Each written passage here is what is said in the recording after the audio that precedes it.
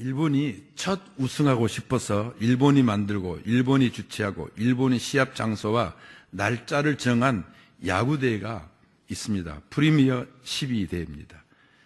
이에서는 한국과 일본에서 한국은 안타 셋, 볼 하나로 일본에게 0대6 안봉패 치욕에 패배했습니다. 선수들의 의기소침, 대표팀 감독이 누구였습니까? 김인식 노 감독이었습니다. 다리를 절면서 괜찮아, 잊어버려.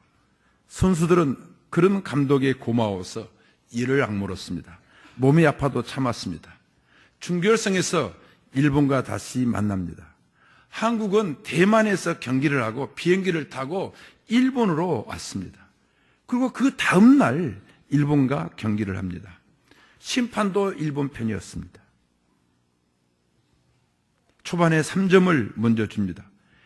경기는 계속 끌려가다가 8회까지 안타가 하나가 고작이었습니다. 그런데 9회에 기적이 일어납니다. 일본 팀은 잘 던지던 오다니를 빼고 다른 선수로 교체를 합니다. 예선전 포함 일본과 경기 17이닝에서 안타 단 3개뿐이었습니다. 그런데 9회에 안타 3개 볼넷으로 어떻게 됐지요? 그렇죠. 4대3 극적인 역전승이었습니다. 드라마틱했습니다. 그리고 결승에서는 일본에게 8대0 안봉승. 일본은 자기들이 주관했기 때문에 첫 우승하기 위해서 여러 가지 꼼수를 부렸지만 대한민국이 결국 우승했습니다. 얼마 전입니다. 김인식 감독은 많은 인터뷰에서 사람들이 칭송했을 때 내가 한 것이 무엇 있나요? 우리 선수들이 고맙지요. 한국 야구팀 역대 최약팀입니다. 도박 사건 때문에 미국에 있는 선수는 들어오지 않았기 때문에 4강이면 다행이라고 했던 대표팀이 우승했습니다. 김인식 감독은 부인 따라 교회를 다녔지만 그런 믿음이 있는 사람이 아니었습니다. 그러다가 예수 그리스도를 구주로 자기 개인의 하나님으로 영접을 합니다. 그리고 10여 년 전에 신갈에 있는 한 2층 집에 한 100여 명이 모이는 교회에 안수집사가 되었습니다. 참 대단하지요? 유명한 야구 감독이 2층에 한 100여 명 모이는 교회에서 안수집사가 되었다. 가슴이 따뜻한 할아버지 같고 삼촌 같은 감독이었습니다. 괜찮아. 질 수도 있어. 잊어버려. 일본에게는 절대 질 수 없다. 그것이 아니라 일본에게도 질 수 있다. 그러나 준결승에서 어떻게 됐다고요? 9회 4대3 극적인 이김, 승리였습니다. 이건 대한민국의 저력입니다. 우리 민족의 본능입니다.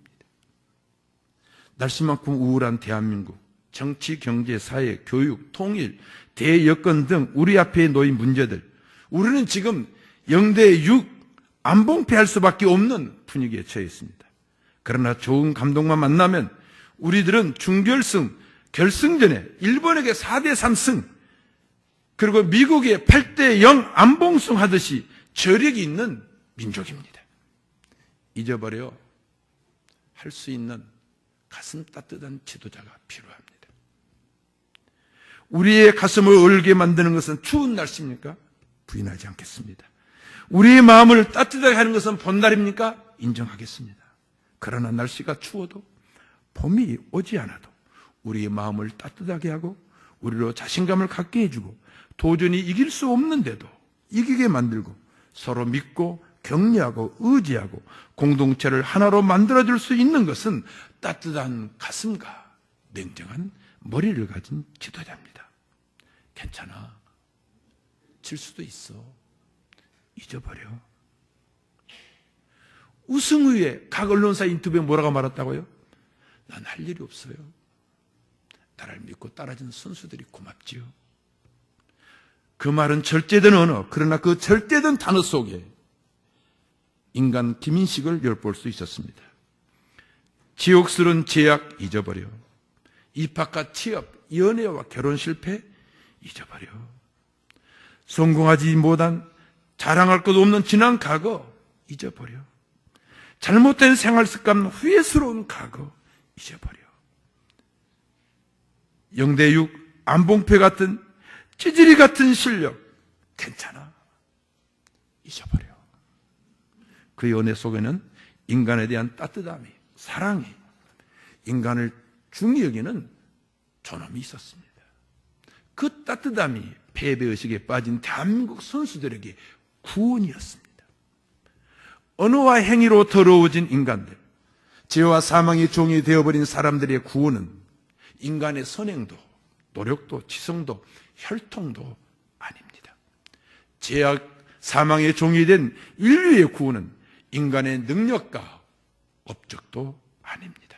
하늘의 주인이신 하나님의 따뜻한 사랑입니다. 김인식 감독은 질병 때문에 다리를 접니다. 시합 전에는 양 감독이 주심 앞에서 선수 명단을 교환합니다. 다른 때는 항상 코치가 대신했습니다. 일본과의 준결승전에는 50m 거리를 그가 직접 걸어갔습니다. 한쪽 다리를 끌면서 걸어가는 처연한 노 감독의 모습을 바라보는 선수들은 다시 이겨야 되겠다고 이를 악물었습니다. 이기겠다고 이를 악물었는데도 8회까지 안타 단 하나밖에 때리지 못해도 선수들은 결코 포기하지 않았습니다. 왜 대한민국 선수들은 17이닝 동안 단 한타에 3개의 안타밖에 못 때렸는데도, 준결승에서 8회까지 단 하나밖에 안타를 못 때렸는데도 게임을 포기하지 않았을까요? 감독이 흔들리지 않는 눈, 따뜻한 마음과 사랑하는 선수들에 대한 신뢰에서 나오는 부동의 자세. 비가 오나 눈이 오나, 먹구름이거나 하얀 구름이거나, 하늘이 맑거나 어둡거나, 별들은 흐트름 없이 순행하고 광채를 뿌려내듯이 마침 그 사람은 그러한 모습이었습니다. 1회부터 8회까지 계속 순행되어도 그의 자세는 결코 흐트러지지 않았습니다.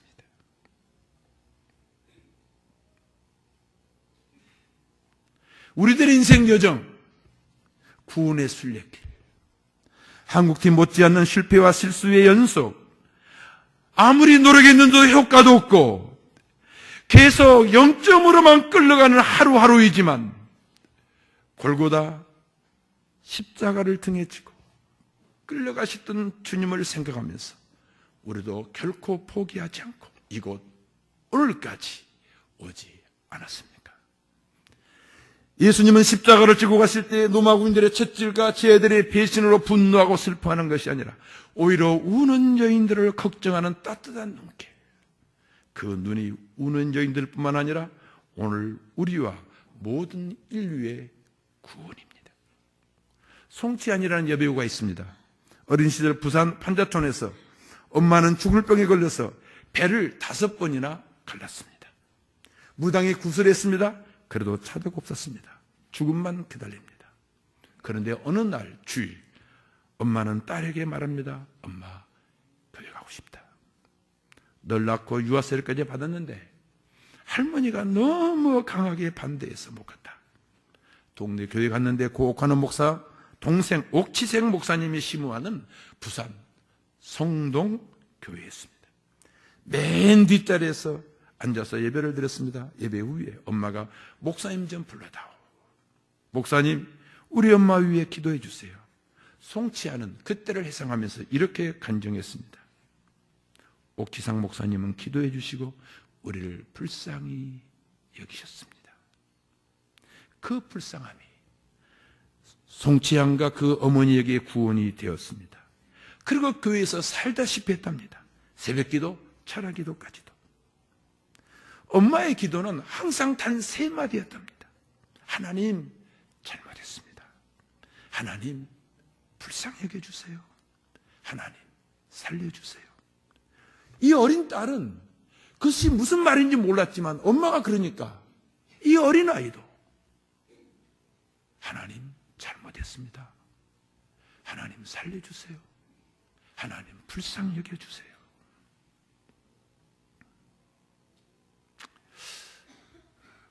그때 그 어머니는 배를 5번이나 갈랐는데도 죽지 않고 지금 76입니다.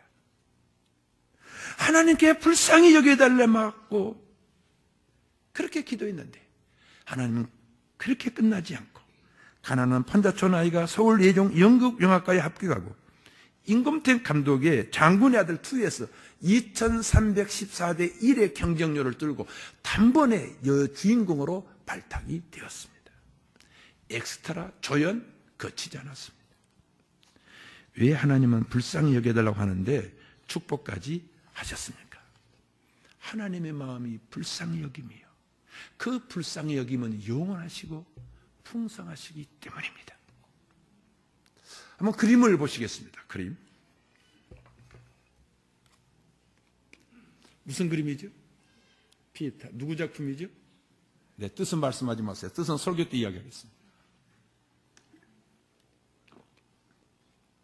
마리아가 십자가에서 내리신 예수님을 안고 있는 모습을 미켈란젤로는 피에타다 했습니다. 그리고 저것을 만들었습니다. 아들은 하나님의 언약, 우리를 죄와 사망으로부터 구원하시기 위해서 죽었습니다. 아들의 시체를 안으니까 아들의 머리는 가시관으로, 등과 다리는 채찍으로, 옆구리는 창으로, 양손으로는 못으로 찢겨졌습니다. 찢겨지고 얼룩진 아들의 육체를 바라보는 어머니의 눈물은 피했다. 6시간 동안 십자가에서 피와 물을 다 쏟았기 때문에 저렇게 가벼워진 몸을 안고 있는 어머니의 찢어지는 가슴이 피했다. 십자가에서 그 죽어가는 아들의 고통을 처음부터 마지막까지 보았고 그 아들을 안고서 소리 없는 피눈물은 피했다. 피했다는 라틴어로 불쌍히 여김, 연민이란 뜻입니다. 아들 예수님은 살아생전에 배고프고 병든 사람들, 고아와 가부들, 가난한 나그네들과 죄인들을 불쌍히 여기셨는데 죽은 아들을 안고 울고 있는 어미의 눈물도 피했답니다. 그것이 성모의 마음이고 그것이 아들의 마음입니다. 못난 종이 새벽기도 끝난 다음에 종종 부르는 고백적인 노래가 있습니다. 아버지여 이 못난 종을 불쌍히 여기소서.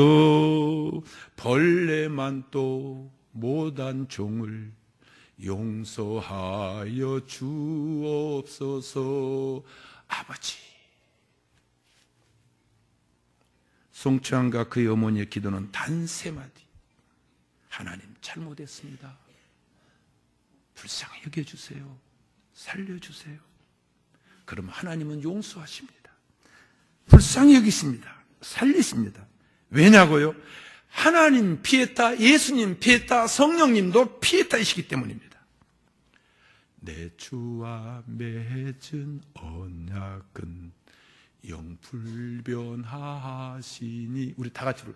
내 주와 맺은 언약은 영불변하시니 그 나라 가기까지는 늘 보하시네.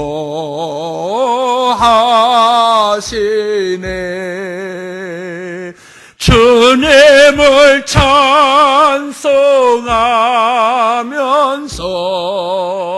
할렐루야 할렐루야. 내 앞길 멀고 험해도 나 주님만 따라가리. 내 주와 맺은 언약은 영불변하시니 그분의 마음이 피어타시기 때문입니다. 찌질이도 못난 나, 내가 오늘까지도 주님의 뒤를 따라갈 수 있었던 것은 피했다.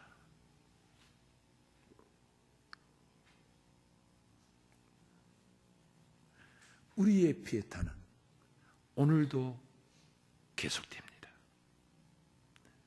그분의 피에타는 내일도 변함이 없을 것입니다.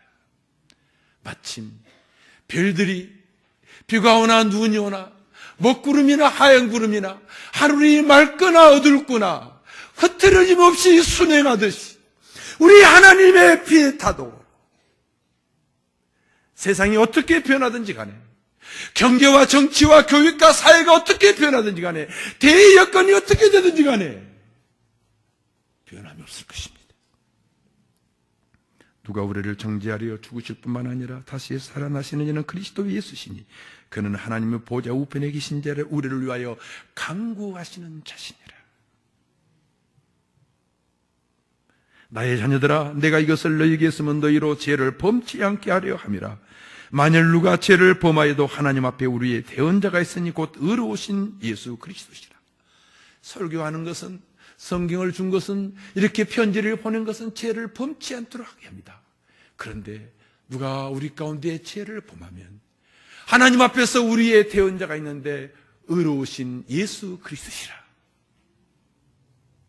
마음을 살피시는 이가 성령의 생각을 하시나니 이는 성령이 하나님의 뜻대로 성도를 위하여 간구하심이라. 성령님은 내 안에서 내 영과 더불어 하나님께 친히 간구하십니다. 기도도 하지 않으면 영적 삶을 살 수가 없습니다. 기도하지 않으면 하나님을 아버지라고 부를 수가 없습니다. 기도해야 됩니다. 그런데 나는 6일 동안 기도하지 않는 삶을 살았는데도 내가 이 자리에 나와서 영으로 하나님 앞에 예배 드릴 수 있었던 것은 우리 예수님이 친히 간구하시기 때문이요, 성령님도 친히 내 안에서 내 영혼과 더불어서 하나님께 간구하시기 때문입니다.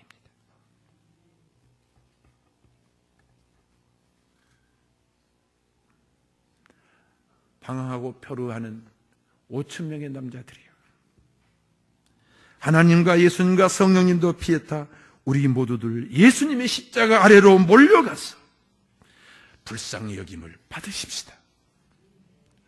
오늘 본문에서 두 번째로 생각할 것이 있습니다. 현대음악의 아버지라는 서울 음대 명예교수의 말입니다. 중세음악도 그 당시에는 현대음악이었다. 그 다음 말이 내 귀에 들렸습니다. 음악가는 수학과 건축학도 공부해야 된다. 맞아요? 아니에요? 그러면 권사님의 말씀이 더 진리입니다. 세 번째 말은 내 가슴에 들렸습니다. 작곡가는 좋은 스승을 만나야 한다. 모든 부모의 마음처럼 저도 큰딸이 사랑스럽고 아름답고 자랑스럽고 믿음직하며 대견스럽습니다. 지극히 자연스럽고 인간적이면서도 믿음으로 살려고 노력하는 큰딸입니다. 좋은 점이 참 많습니다. 그것은 우리 딸이 어린 시절 고등학교 때 좋은 스승을 만나 스승의 성품과 삶을 본받았기 때문입니다. 그 고등학교 때 스승이 이길주 권사님이십니다. 우리 딸이 이곳에 있을 때 연습이 끝나고 나면 권사님과 함께 식탁에서 밥을 먹습니다. 우리 딸이 말 많이 했겠어요? 우리 권사님이 말 많이 하셨겠지요. 그러면서 말을 통하여서 가르침을 받고 삶을 통하여서 인격을 배웠을 것입니다. 작곡가 좋은 스승 만나야 됩니다. 모든 예술인들도 좋은 스승 만나야 됩니다. 신앙인들은 더더욱 좋은 스승을 만나야 됩니다. 가르침 말과 삶 인품으로 보여줄 수 있는 스승. 저는 서울대 명예교수의 글을 읽으면서 난 소망교인들에게 좋은 스승인가 반문해 보았습니다. 난 좋은 스승 못 되었구나. 좋은 남편도 못 되었구나. 좋은 아비도 아니었구나. 그런데 좋은 여자 만나서 아이들이 참 잘 자라주었구나. 좋은 교인들 참 많이 만났구나. 이 모든 것이 하나님의 은혜로다. 나에다 된 것은 하나님의 은혜라. 바울 사도의 고백이 나의 고백이 되었습니다. 나는 참으로 인복이 많다고 친구 목사들도 어떤 교인도 특히 사모가 말합니다. 그렇습니다. 나는 인복이 참 많습니다. 그것이 하나님의 은혜지요. 그래서 감사한 것밖에 없습니다. 혹시 이 자리에 작곡하는 사람이 있습니까? 새로운 일을 계획하고 싶은 사람이 있습니까? 인생의 어떤 다른 차원을 발견하고 싶은 사람이 있습니까? 인생이 무엇인가 살아가는 방법을 배우고 하는 사람이 있다면, 그리고 꽉 막힌 시대에서 무기력증에 걸린 사람이 있다면 예수님을 여러분의 구주로 뿐만 아니라 스승으로 삼아 예수님에게 배우시기를 권면합니다. 전주에 예수님은 5,000명의 남자들과 여인 중에 병자들을 고쳐주셨습니다. 혹시 이 자리에 송치한 어머니같이 배를 5번 갈린 여자가 있다면 불쌍히 여김을 받기를, 그리고 앞길 모르기 때문에 어찌할 바를 모른다면 예수님께 여러 가지를 배우시기를, 보다 높은 세계와 가치관을 가지고 영생을 위한 삶을 살고 싶다면 하나님의 나라에 대해서 이야기를 들으시기를 바랍니다. 이것은 언어로서 교실에서 배우는 겁니다. 삶으로 예수님의 그 인품으로 우리가 배울 것이 있습니다. 뭐지요? 오늘 이 모든 가정들을 보면 함께함입니다. 함께함. 함께 생활함을 배우는 것입니다. 빌립에게 우리가 어디서 떡을 싸서 이 사람들을 먹이겠느냐? 선생님, 조금씩 줄지라도 200데나리온도 어림없습니다. 제자 중 하나 이 말을 듣더니 베드로 형제 안드레가, 여기 어린아이가 보리떡 5개와 물고기 2마리를 가지고 왔는데, 그러나 이것이 이 많은 사람들에게 얼마나 줄 수 있겠습니까? 이 말씀을 들으신 예수님, 50에서 100명씩 잔디에 앉게 하라. 예수님이 앉으라 외치지 않고 너희들이 50에서 100명씩 앉게 하라. 최소 숫자 2만 명. 어떤 방법으로 이들에게 떡을 나눠줄 수 있습니까? 빵을 나눠줍니다. 해가 저물어가고 있다고 그랬습니다. 12제자들이 나눠준다면 다음날 날이 새어야 됩니다. 나는 상상해 보았습니다. 예수님이 보리떡 5개 들고 하늘을 향해서 감사 기도하니까 그 밑으로 무수히 똑같은 빵이 떨어집니다. 12제자들 서로 옆에 가다 쌌겠지. 서로 부지런히 갖다 쌀 겁니다. 그리고 그것이 끝나자 어떻게 했을까요? 50에서 100명의 무리들 최소 몇 그룹이 됐을까요? 10그룹? 아니지요. 100그룹? 더 되겠네요. 200그룹에서 300그룹. 굉장히 큰 그룹입니다. 거기서 최소 대표 2명, 3명은 나왔을 것입니다. 그러면 여러분들 대표가 몇 명이 나올게요? 수백 명입니다. 수백 명이 열심히 달려가서 빵을 타와서 자기가 대표 있는 그 50에서 100명의 공동 그룹들에게 나눠줬습니다. 그들은 그룹장들이었을 것입니다. 그뿐 아니겠죠? 쟤들은 더 열심히 12명이서 그룹장들에게 부지런히 빵을 가슴에 안겨 줬겠죠. 그 전에 한번 상상해 봅시다. 예수님이 앉으라 하지 않았어요. 제자들이 다니면서 앉으세요. 거기 서 있는 아줌마들 이쪽에 앉으세요. 여기 자리 좀 비었어요. 아는 사람 만났을 것입니다. 아, 개똥이 여보 잘 왔어. 여기 자리 있어. 여기 앉아. 부지런히 달려드는 돌아다니면서 자리에 앉히는 모습, 떨어진 빵을 부지런히 안게 해주는 제자들의 모습, 이게 아름답지 않아요?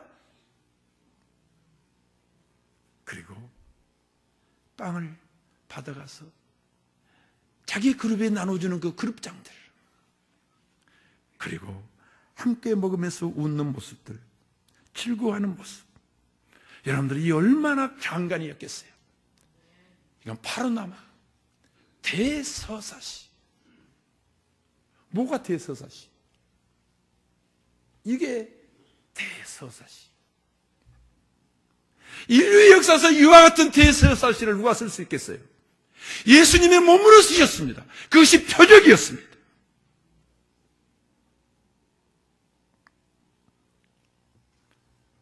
사람이란 보람된 일에 동참하고 내가 그 일에 뛸 때에 내가 대표가 되고 그룹장이 되어지고 내가 앞장섰을 때, 그리고 그 일을 위해 내가 땀을 흘릴 때, 내 발이 바쁠 때에 가치를 발견하고 그것을 위해서 더욱 헌신합니다. 그것이 아름다움입니다.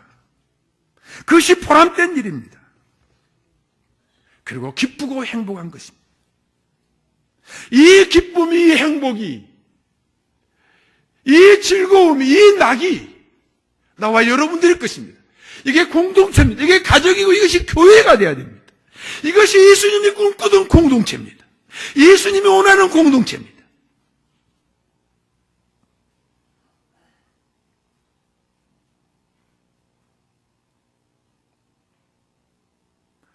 좋은 일을 할 때, 보람된 일을 할 때, 앞장설 때 왜 반대 없습니까? 반대 있어야 되죠. 그건 당연히.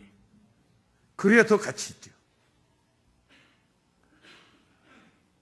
그런데 그 리더가 앞장선 사람이 진실되다면 어린아이가 보리떡 5개 가져오는 것처럼 자기를 희생시키는 사람들이 있게 되어 있습니다. 열심히 뛰는 사람이 있게 되어 있습니다. 헌신하는 사람들이 있게 되어 있습니다. 자기 물질을 가지고 하면서 헌신하는 사람들이 있습니다. 어제 우리 교회 어떤 집사님이 개업 예배를 드렸습니다. 손들과 함께 밥을 먹었습니다. 이야기를 나눴습니다. 회사는 정말 어렵다. 오너는 너무 어렵다. 얼마나 어렵겠냐. 교회는 은혜만 있으면 된다. 왜 회사가 어렵느냐? 회사는요, 자기 돈을 들여가면서 열심히 일하는 것이 회사가 아닙니다. 열심히 일해서 회사가 잘 됐을 때 더 많은 대가를 원합니다.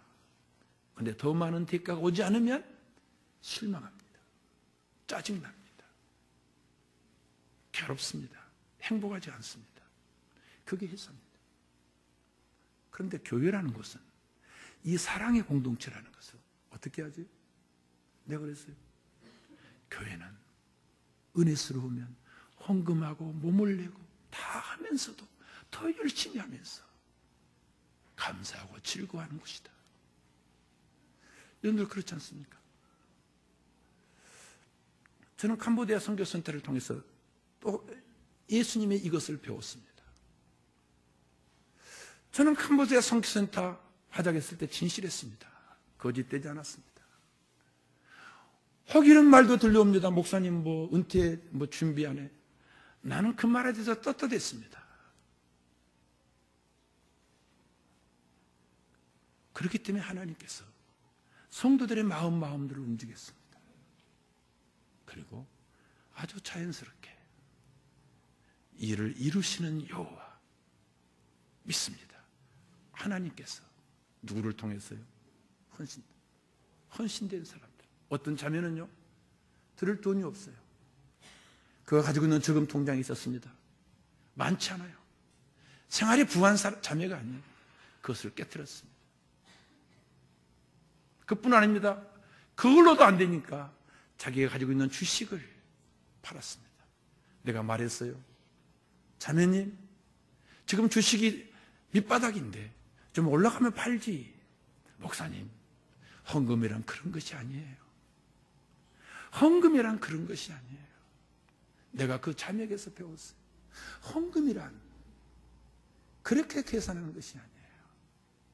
손해가 보더라도 하나님 앞에 들어지는 헌금, 난 드리고 싶었습니다.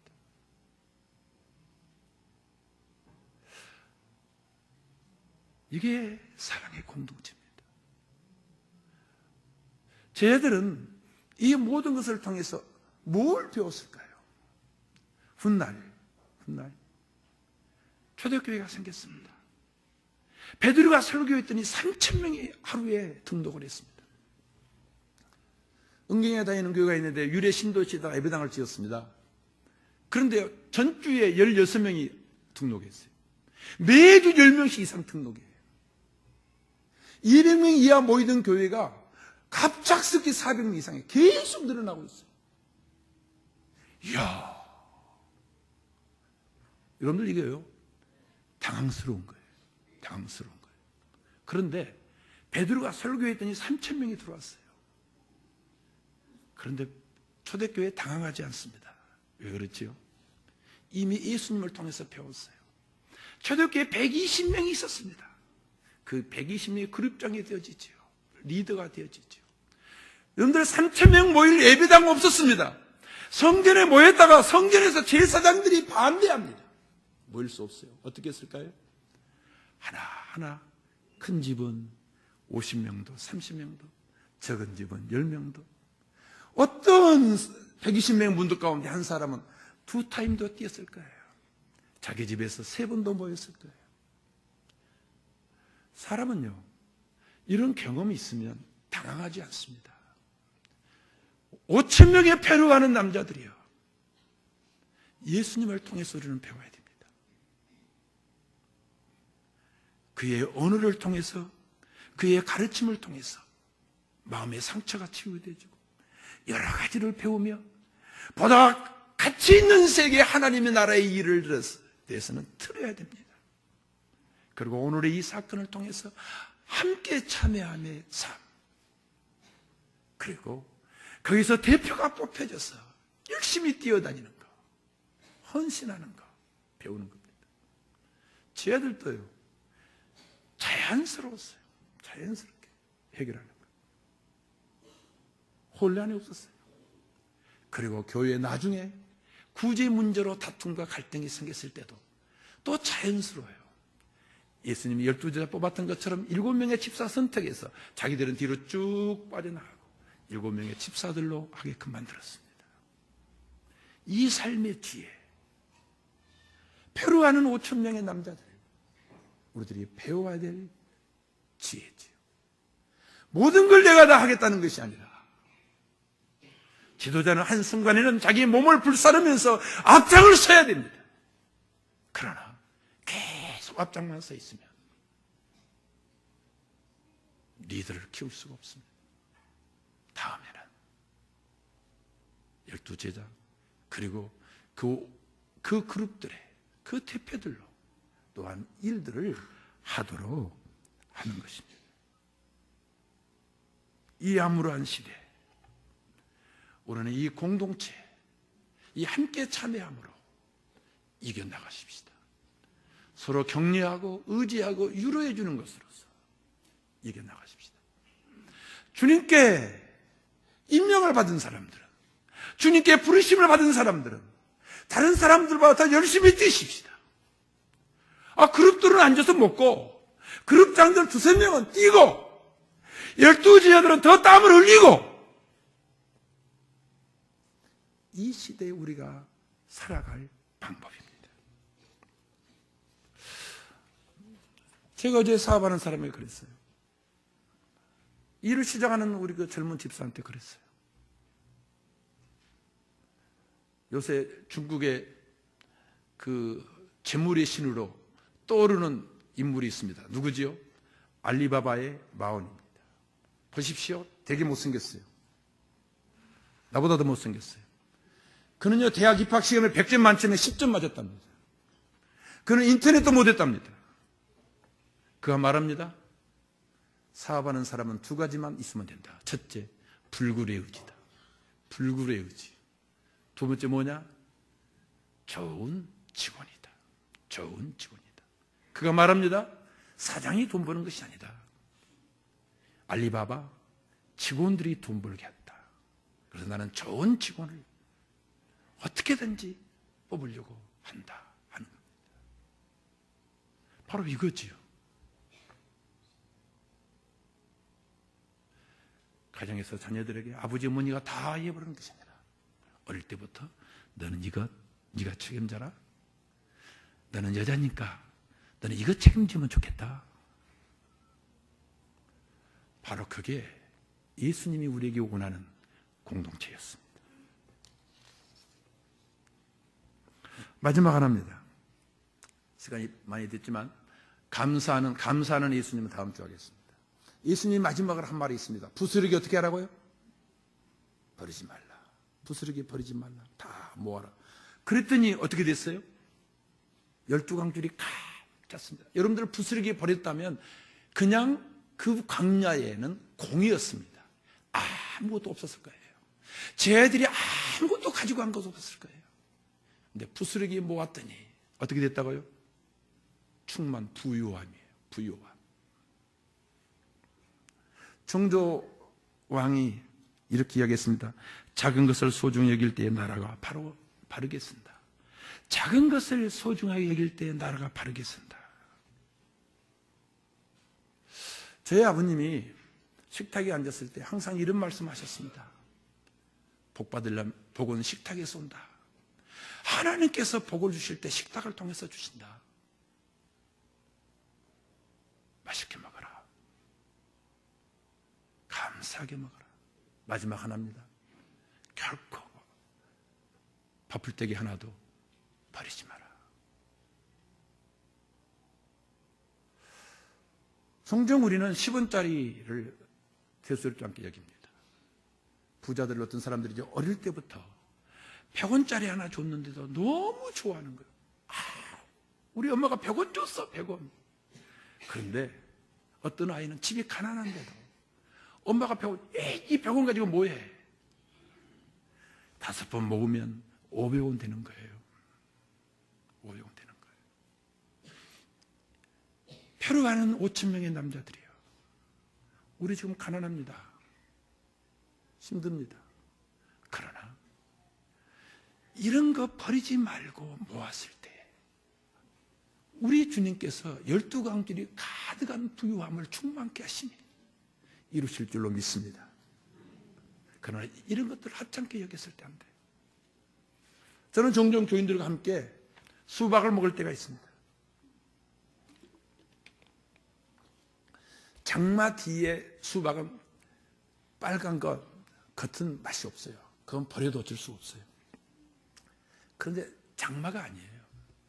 그 빨간 색깔 거의 다 맛있어요. 그런데요, 많이 버려요. 습관이에요. 부장가 아니에요. 복은 먹는 데서 오는 거예요. 먹는 데서 오는 거예요. 한번 따라서 합시다. 복은 식탁에서 온다. 하나님께서 그걸 버리는 거 보고 좋아하시겠어요? 지금 주님이 뭘 이야기합니까? 그 표류하는 5,000명의 남자들에게 뭘 가르치고 있습니까? 쟤들에게 뭘 말합니까? 적은 소자들을 중요시 여겨야 된다. 소자를 중요시 여겨야 된다. 부스러기 중요시 여겨야 된다. 우리 식당 가서 밥 먹습니다. 그런데 그냥 가득 가지고 가는 것 그냥 습관이에요. 개념이 없어요. 그리고 많이 버립니다. 그것보다는 조금 가지고 가서 다 먹고 두 번째 가서는 야, 오늘 밥 너무 맛있어. 나 두 번째 온다. 두 번째 가서 갖다 먹어도 옛날에 첫 번째보다 더 양이 적어요. 그러면 그 식당 봉사하는 사람 마음속에 야, 오늘은 두 번째 갖다 먹구나. 얼마나 좋겠어요. 복은 먹는 데서 오는 거예요. 어떻게 먹느냐? 오는 거예요. 부스러기 남기지 마십시다. 그게 예수님의 계명입니다. 부스러기 버리지 말아라. 다 모아라 하는 겁니다. 또 내가 말합니다. 우리 세 딸들에게 어떤 때는 옷을 사입으려고 합니다. 절제해라. 아빠 뭐 이거 뭐 20만 원 뭐. 그것이 부를 결정짓습니다. 하나님이 부를 주실 때 그것이 결정짓습니다. 어쩔 수 없이 사입지만 그러나 불필요할 때는 불필요할 때 아니죠. 그래도 전략하는 거. 그래도 아끼는 거. 딸들에게 말합니다. 그때 사입는 것은 그때는 즐겁지만 훗날은 후회스럽다. 그러나 젊었을 때 즐거움을 잡으면 훗날 나이가 많았을 때 즐거움을 얻게 되어진다. 누가 그렇게 하시죠? 하나님이십니다. 20만 원 아꼈던 거, 뭐 그게 큰 거겠어요? 하나님은 보시는 거예요. 믿습니까? 하나님 그걸 보시는 거예요. 보시고 훗날에 나이가 들어서 어떤 방법을 통하시든지 주시는 거예요. 저는 그래서 어지간하면 과일 다 껍질째 먹습니다. 뭐 배도 껍질째 먹고 뭐 그런데 이제 귤도 껍질째 먹어봐야 되겠다 생각하고 귤도 껍질째 먹기 시작했습니다. 못 먹겠어요. 지금 안 먹습니다. 왜요? 제 아버님 말씀이 복은 식탁에서부터 온단다. 그 말씀 때문이었습니다. 다시 한번 우리 해볼까요? 복은 식탁에서 온단다. 오늘 피에타라는 말씀을 드렸습니다. 피에타, 연민, 불쌍히 여김. 참 따뜻한 마음, 흐트러지지 않는 눈, 사랑하고 믿기 때문에 그 부동의 자세, 별이 매일매일 흐트러짐 없이 순행하듯이 매일매일 출퇴근하시는 그 아버지의 모습, 그 모습이 이 젊은 아이들에게 포기할 수 없는 힘이 될 것입니다. 믿습니까? 우리 모두가 피에타, 불쌍히 여김을 받고 피에타, 따뜻한 가슴으로 남들을 불쌍히 여겨주는 사람들이 되십시다. 예수님을 통하여서 배우십시다. 예수님을 좋은 스승으로 삼으십시다. 예수님을 나의 구주와 좋은 스승으로 삼을 때 하나님께서는 우리의 삶 속에서 우리에게 좋은 스승을 붙여주실 것입니다. 믿으시기 바랍니다. 그리고 우리 그룹장들 대표가 된 사람들은 열심히 뛰시길 바랍니다. 만든 빵 갖다가 나누어 줄 수 있기를 바랍니다. 내가 제자라면 더 열심히 땀을 내면서 뛰시길 바랍니다. 가치 있는 일을 할 때에, 보다 나은 세계를 바라볼 때에, 하나님의 일을 할 때에 우리는 기쁘고 즐거운 것입니다. 우리의 영혼이, 그것이 영혼의 안식입니다. 그것이 영혼의 편안함입니다. 그것이 영혼의 양식입니다. 영육간에 강건하시기를 바랍니다. 부스러기 버리지 맙시다. 어지간한 것은 껍질도 먹읍시다. 우리 권혜승 권사님, 가수 집사님은 껍질째 먹지 말라고 그러는데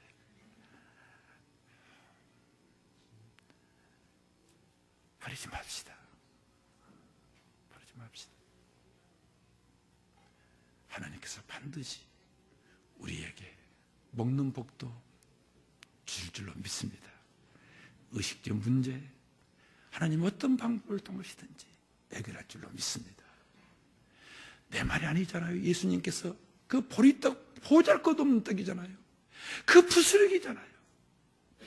그것도 버리지 말고 다 모아라. 나는 반드시 이런 인생관을 가졌을 때, 삶의 지혜를 가졌을 때 하나님께서 강줄이, 12강줄이 이렇게 가득 채워주는 부유함을 우리에게 주실 줄로 믿습니다. 그러나 잊지 맙시다. 피했다. 실패한 아이들에게 잊어버려. 다 같이 한번 시작. 잊어버려. 시작. 잊어버려. 얘들한테 과거 잊어버려. 잊어버려. 애야, 잊어라.